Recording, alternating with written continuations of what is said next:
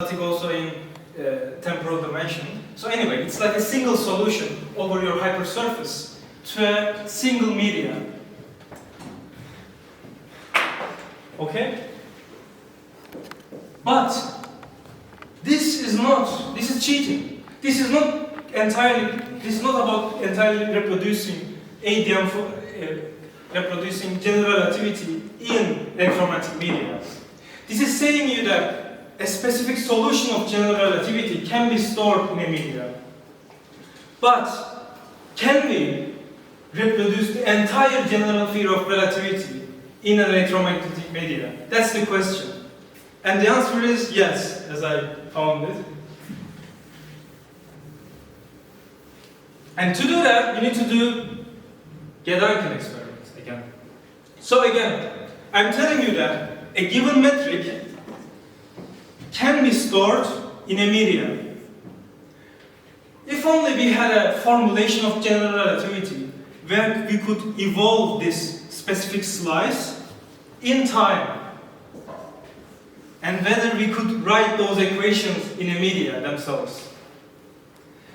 And it turns out there is such a formulation of general relativity, and it is called ADM formulation of general relativity. It is the Hamiltonian formulation of general relativity. Basically what I'm telling you is that you have a medium, it corresponds to a curvature. So ADM formulation tells you how to evolve these spatial slices. So if I could also transform other equations of ADM into the media, I would obtain the entire structure of general relativity in an electromagnetic medium. I hope it was clear. So yeah, there are some similarities between ADM formalism and transformation optics. But before that, I could just explain this and go on, but I know that you are not following me.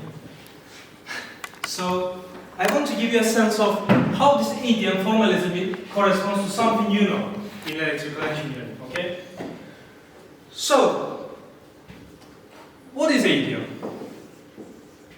ADM is a formulation of general relativity. What is a formulation of general relativity?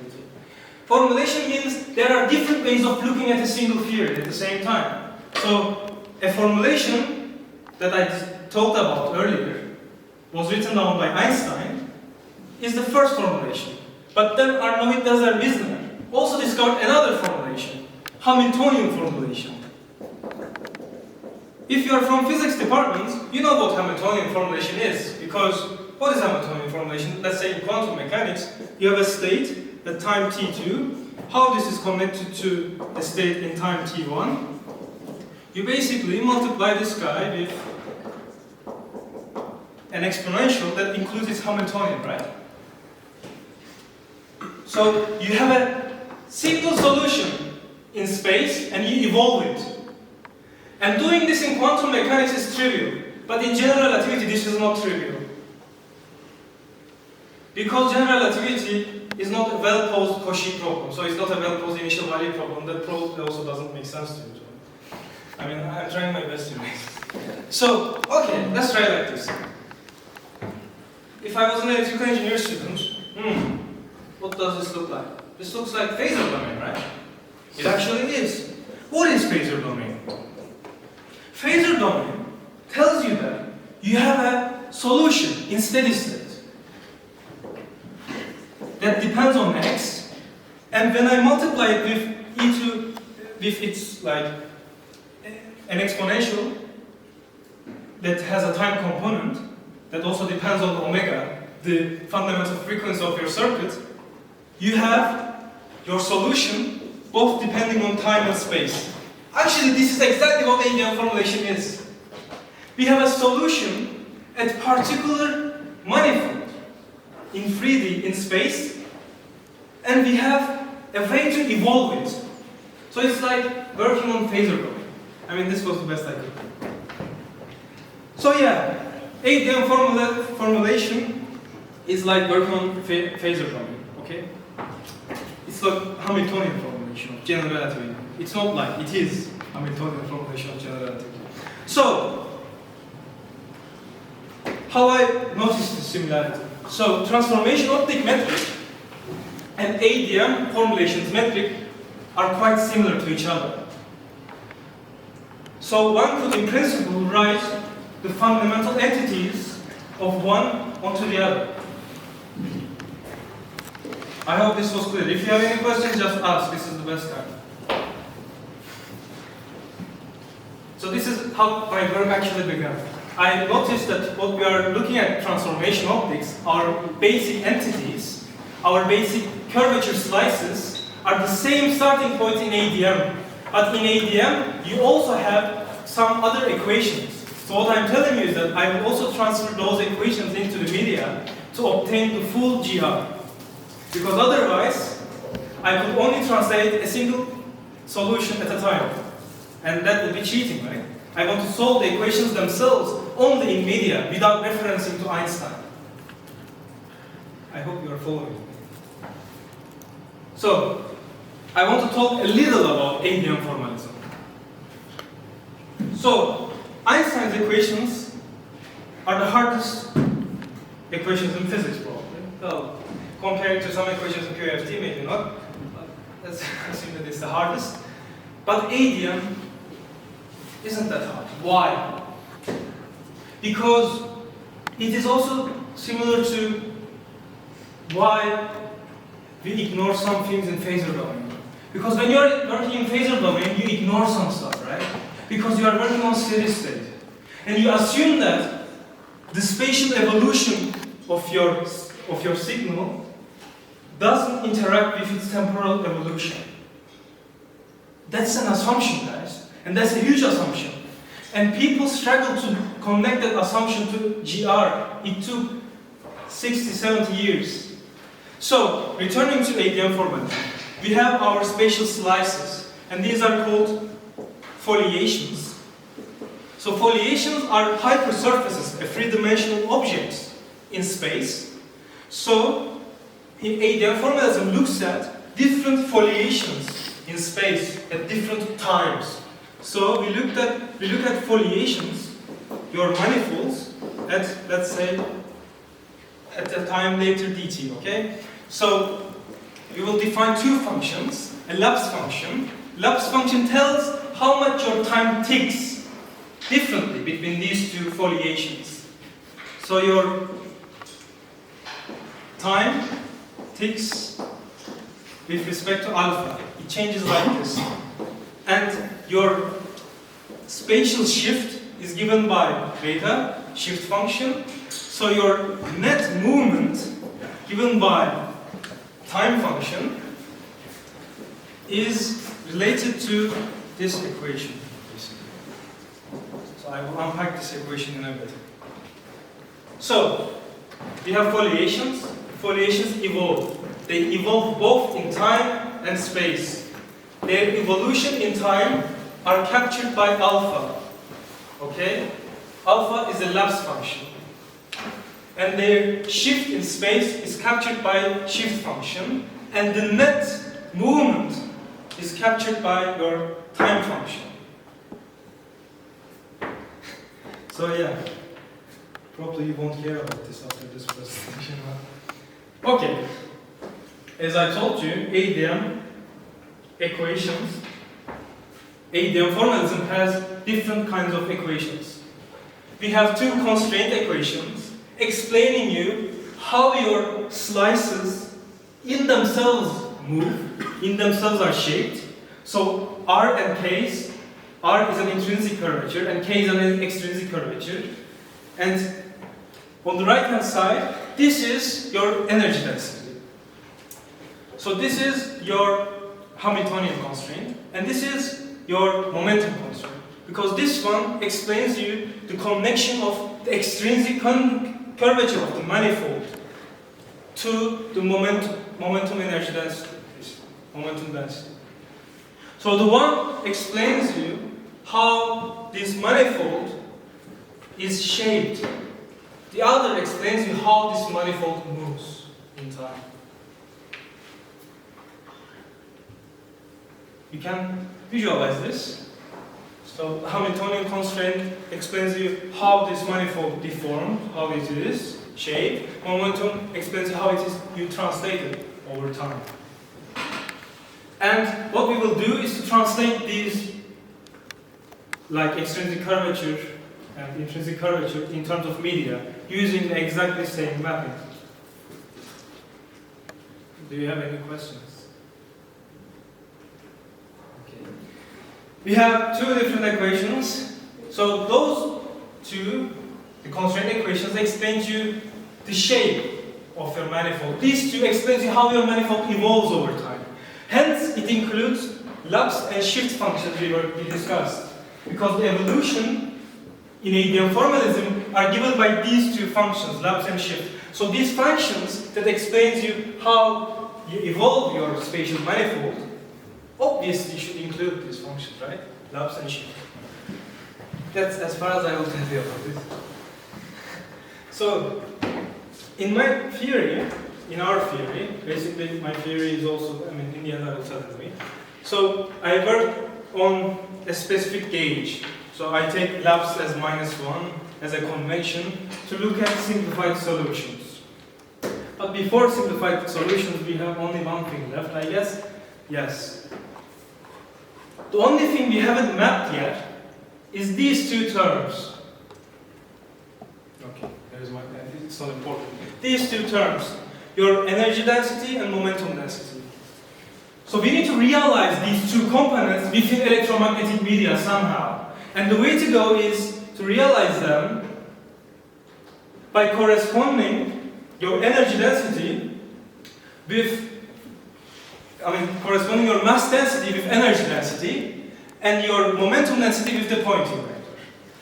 So basically, I'm telling you that using these relationships, you could engineer such that you can engineer a media having the same value for energy density corresponding to the mass density, and having the same value for Poynting vector corresponding to the momentum density. And doing that, you would have the entire equations in a media. Yeah. This is incredible, actually. But beyond engineering, actually, the early universe was radiation dominated.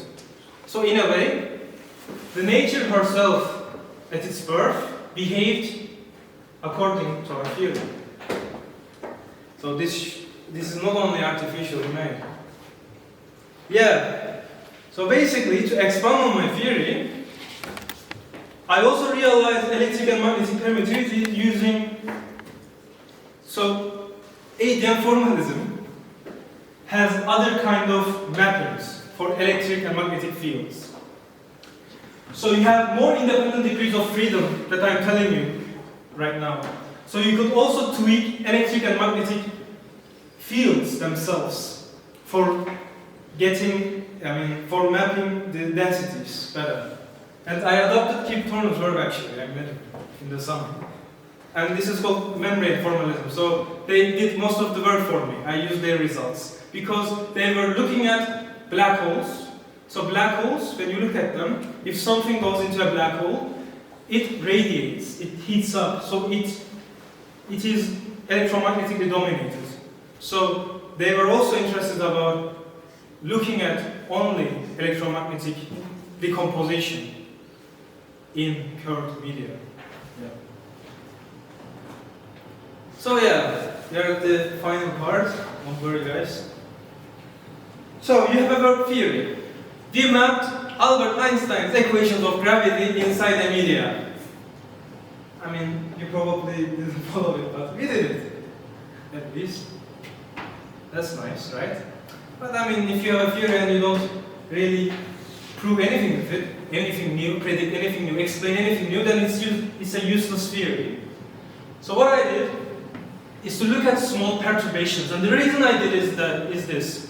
The small perturbation solutions of general theory of relativity corresponds to gravitational waves.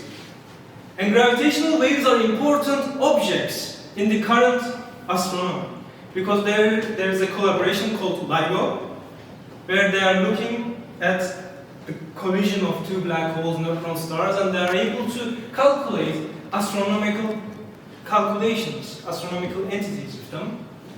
And what I was wondering is is that whether I could simulate, get an equivalent formulation of those gravitational waves inside a media using my theory. So I made these calculations. I'm not going to delve into them. So I linearized the constraint equations that I discussed, and I looked at TT gauge. Basically, it means transverse traces conditions, transverse traces gauge, and this is a standard thing you do in general field of relativity. And you basically get this equation. I hope that it is familiar to you because it's Laplacian. Basically, its solution are two different plane waves.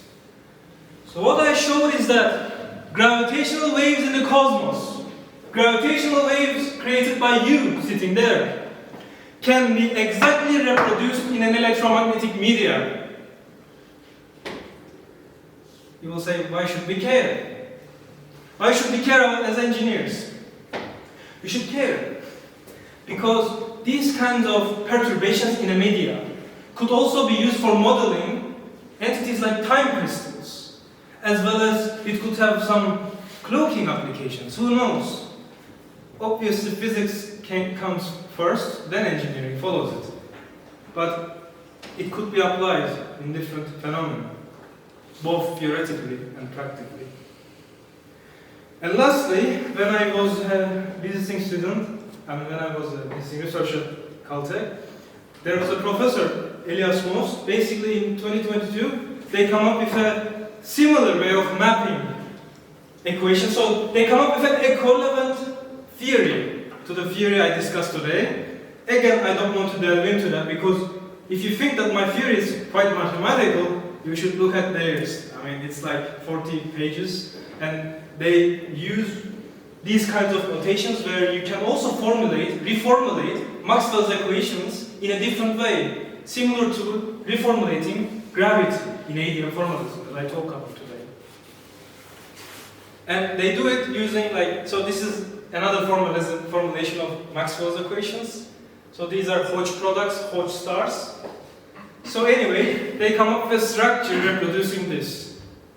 I just want to mention it. I don't really want to delve into those details because I don't think you care, and you shouldn't actually at this point. Okay, these are my final words. Did I solve the ultimate theory? Weren't the physicists looking for a correlation between gravity and electromagnetism? I should get a Nobel Prize, right? Well, no. Because, you see, I'm not a string theorist. This wasn't a seminar about string theory. And I didn't prove that one is equal to another. No. I showed you that electromagnetism in a media has enough independent degrees of freedom to host the variables of gravity. This is what I showed you. So it is like looking at this picture. If you focus on the green background, you would see a vase. If you focus on the black background, you would see two faces. It is like this, relationship between the geometry and the media parameters. But two things being actually equal to each other, being dual to each other, would need much stronger relationship that we didn't cover today, and it is still an open question. So, wait. Okay.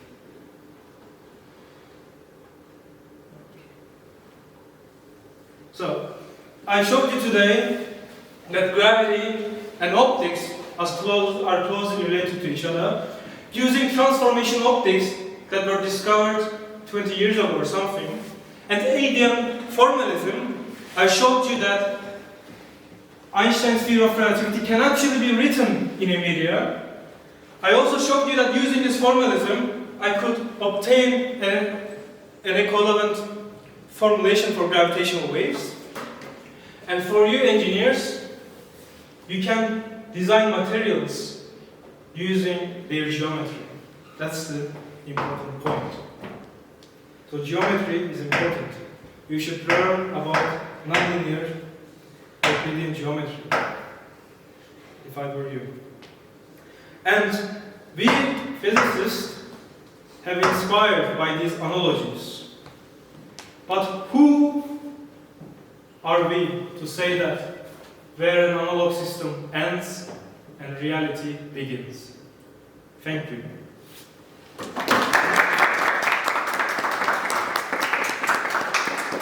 And I want to thank a couple of friends. So basically, I did this work with Professor Leonard. He's my mentor, so I couldn't have done without him. He is also the discoverer of transformation optics. So he's the main brains behind this before me. I mean, also he supports all my work, so he's incredible. I want to thank Cengiz Han for contacting, Cengiz Han Başaymaz for contacting IEEE. I want to thank IEEE, especially Eren Alp. I want to thank you. So, yeah, thank you. Teşekkür ederiz tekrardan. Bu arada